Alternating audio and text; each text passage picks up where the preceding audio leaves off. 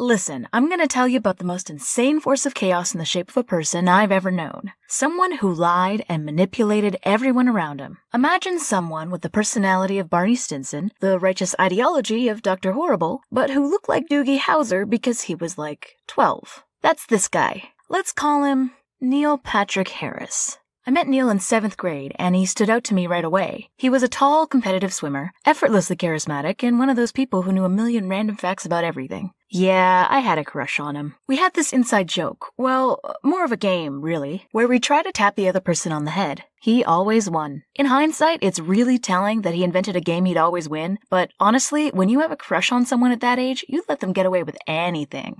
I murdered your parents, your 8 closest friends, your pen pal, and your teddy bear for good measure. Wow, you're so talented.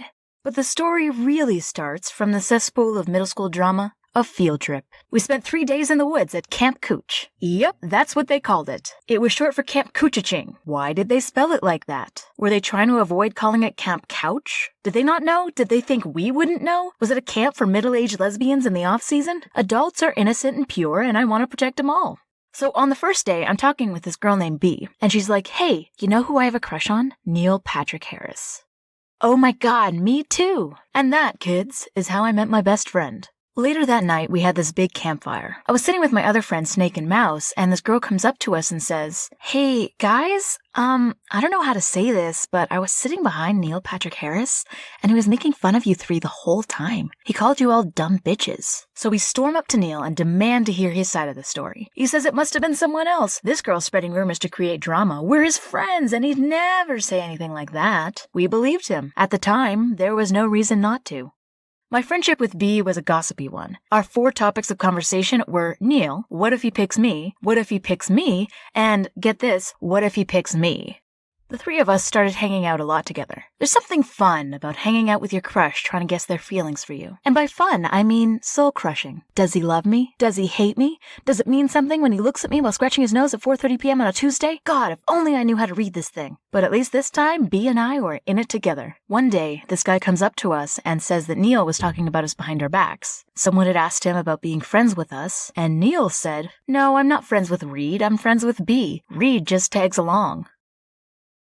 So there I was, crying in a bathroom because my crush said he wasn't even friends with me. That isn't even the friend zone, that's the zone of eternal despair. A zone of someone reaching into your heart and just kinda doing a little hand jive until dead.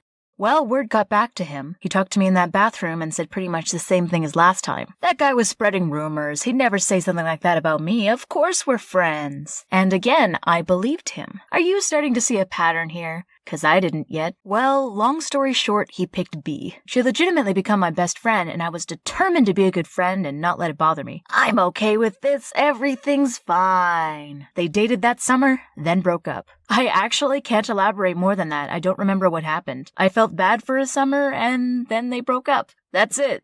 Not long after, B and I were at a party, and we met this girl who claimed she dated him as well, that exact same summer. At another party a few months later, we met 2 other girls who claimed to have dated him that summer. Every time we met local girls around our age, it became the joke to ask, hey, did anyone here date Neil Patrick Harris between the summer of grades 7 and 8?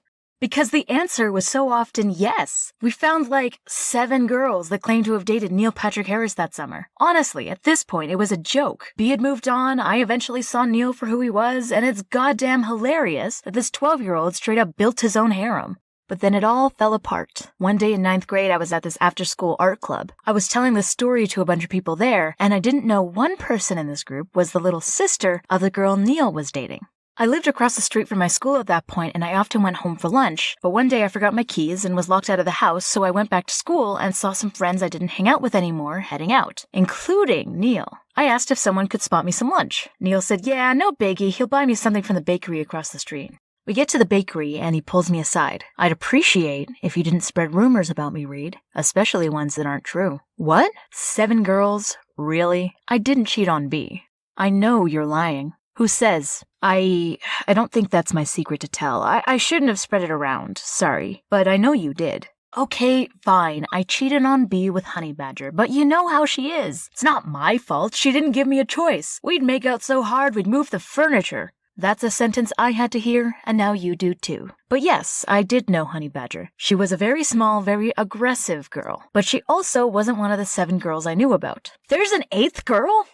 But he also never took responsibility for any of it. Sure, he admitted to cheating with Honey Badger, but he wasn't sorry. It's not my fault, she didn't give me a choice. And it's convenient that he picked the really aggressive girl to mention. It's easy to pass the blame to her, but he's too weirdly proud of it. Wait, what about the food? Go hungry.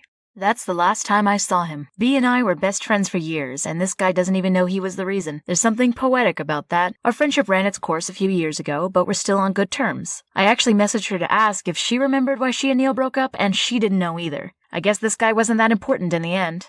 I hope he grew into a better person. I wasn't perfect there either. I know I was terrible in middle school, and I still cringe at memories of myself. Most people do. He didn't do anything that horrible either. People like that who lie and take advantage of others, they're everywhere. I'm glad I learned to spot them with someone who wasn't that bad. The story could have been a lot darker than it was. I hope somewhere out there he's learned to be better. The world cannot contain the legend that is Neil Patrick Harris.